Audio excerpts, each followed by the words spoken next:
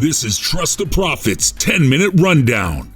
Here's your hosts, El Hombre and The Formula. Hello, welcome to the Trust the Profits podcast. This is our 10-minute rundown for week 32. Magic Johnson, is that the week it is? Yeah, Tragic Johnson was the host on our simulation card, our premium weekend. I'm joined as always by the Latin lover himself, El Hombre. What up? El Hombre, how's it going today? Good, man.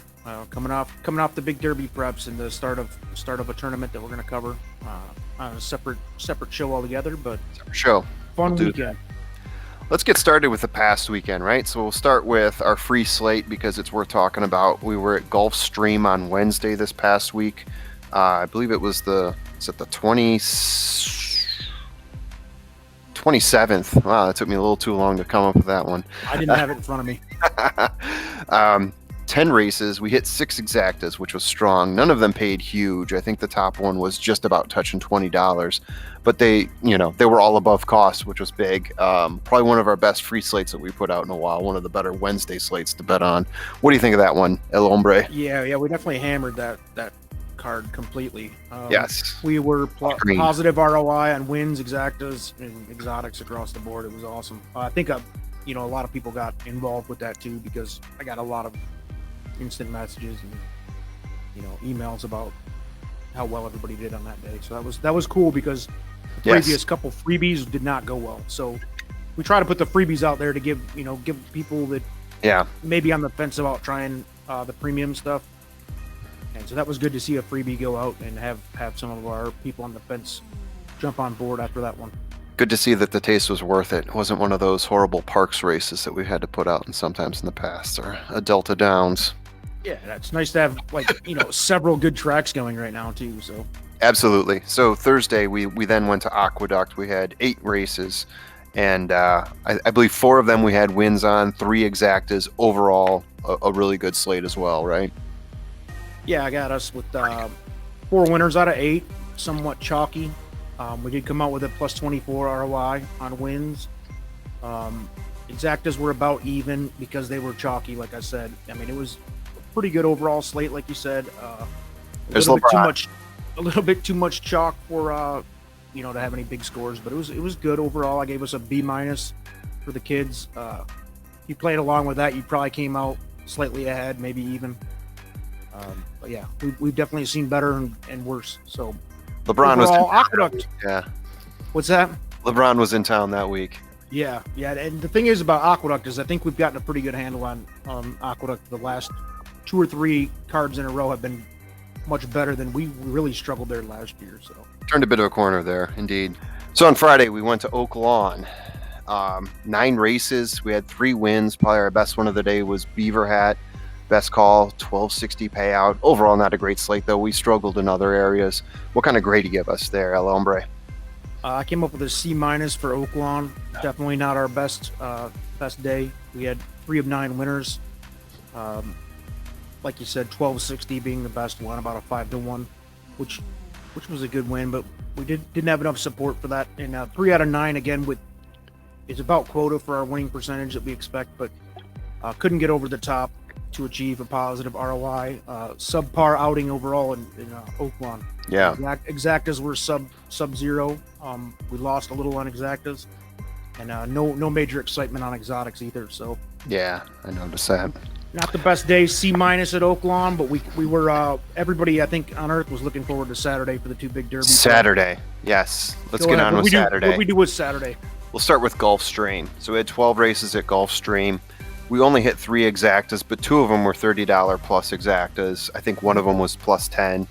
So we had really good ones. I mean, if you hit a couple, you were doing pretty well for yourself. You didn't have to hit a whole lot. We had 3 wins, including we gave you guys greatest honor, right?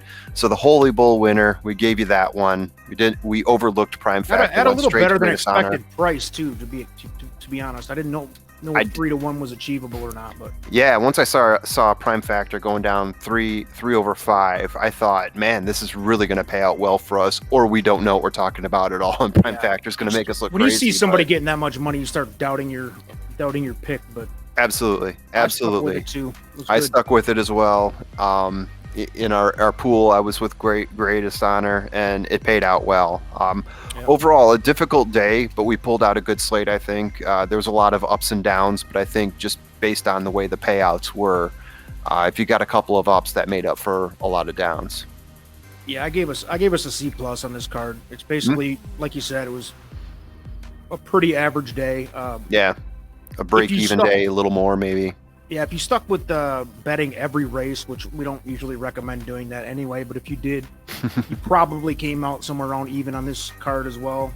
If you timed out your plays correctly and like the formula said, if you hit greatest honor hard, hopefully you did, you had a good day. Yeah. We had the two big exactas, a couple of nice win plays, but we ended up around even both. If you played every race, you probably ended up around even, which, again, that's subpar. We expect better than that. Yeah. Nothing of note in exotics either. It seemed like we'd win 3 exotics, maybe catch a pick 3, and then the 4th one would lose, and just didn't get a good sequence together there either. But if you took our picks from Santa Anita on the same day and played them all, you probably did all right. Slightly different story here. So we went to Santa Anita. What happens when we go to Santa Anita? Yeah, good things happen every time. When we go to Santa Anita. Go to SoCal and it's good things. Yes. So, sometimes you got to hit bulk when you go to Santa Anita because race sizes are small. You might not get the payouts. There were 8 races. We had 8 wins. We had 8 exactas. And again, the Bobby Lou, the big stakes race in preparation for Kentucky Derby. We gave you the right horse there with Medina Spirit, right? We didn't lead you astray there, although it was a tight race. It could have gone about 3 different ways. And I was real surprised on that one because I thought that horse would probably be more like 2-1, and I think it went off at dead even money, and it was like 6-5 even all the way to the last minute, and then once they took off, went to 1-1, and I was like shit because I just figured it was going to have a real shot to win. Like you said, the high drama at the end, especially for. Actually, all 3, the top 3 was all 3. I mean, Medina Spirit clearly had a head up on them, but the second 2, if you were watching it live, you couldn't tell what happened there, and it was a huge factor in our contest. Absolutely, it was absolutely. It was a great race. Like you said, we hit 5 out of 8 win bets, 5 out of 8 exactas, over 25% ROI in everything. 4 trifecta boxes too, if you want to throw that in there. Yeah, if you played with us on that card, you're a happy camper. I'm thinking. Yeah. Unless you, I don't know how you lost. Picked every wrong race. Yeah. I gave us an A- on that only because we didn't have any monsters in horizontals, and that's because it was a little bit chalky in places. That's true. Yeah, but I mean our race best exacta. Race 1 we got beat. We didn't hit anything. But after race 1, from 2 through 8, we hit everything. So yeah, just congrats if you were on board with that thing. Good slate. What I learned for the day is I think Greatest Honor was the class of the day. Yes. In comparison to the other Derby prep race horses that ran, I think Greatest Honor stepped out into that top 5 or 10 horses at least.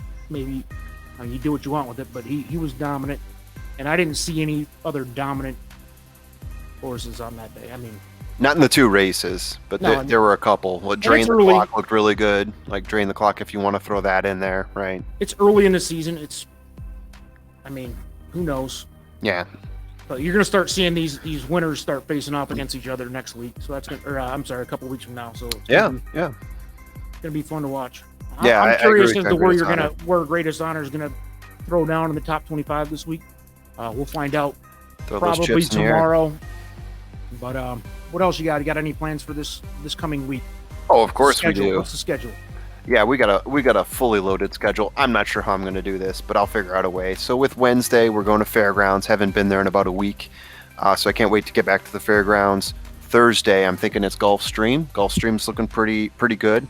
Friday, there's a stakes race at Santa Anita, so it makes sense for us to go to Santa Anita on Friday.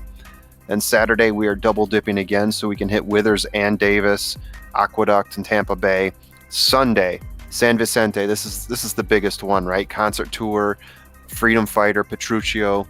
that's probably the biggest race to look forward to this weekend, at least in my opinion, in terms of Derby prep. So that's the one I'm looking forward to. Concert Tour is getting a lot of run, man. We'll see what that race is made of.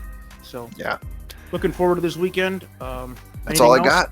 That's all I got. Looking forward to week 33. All right. Until next time. Peace out. Cheers.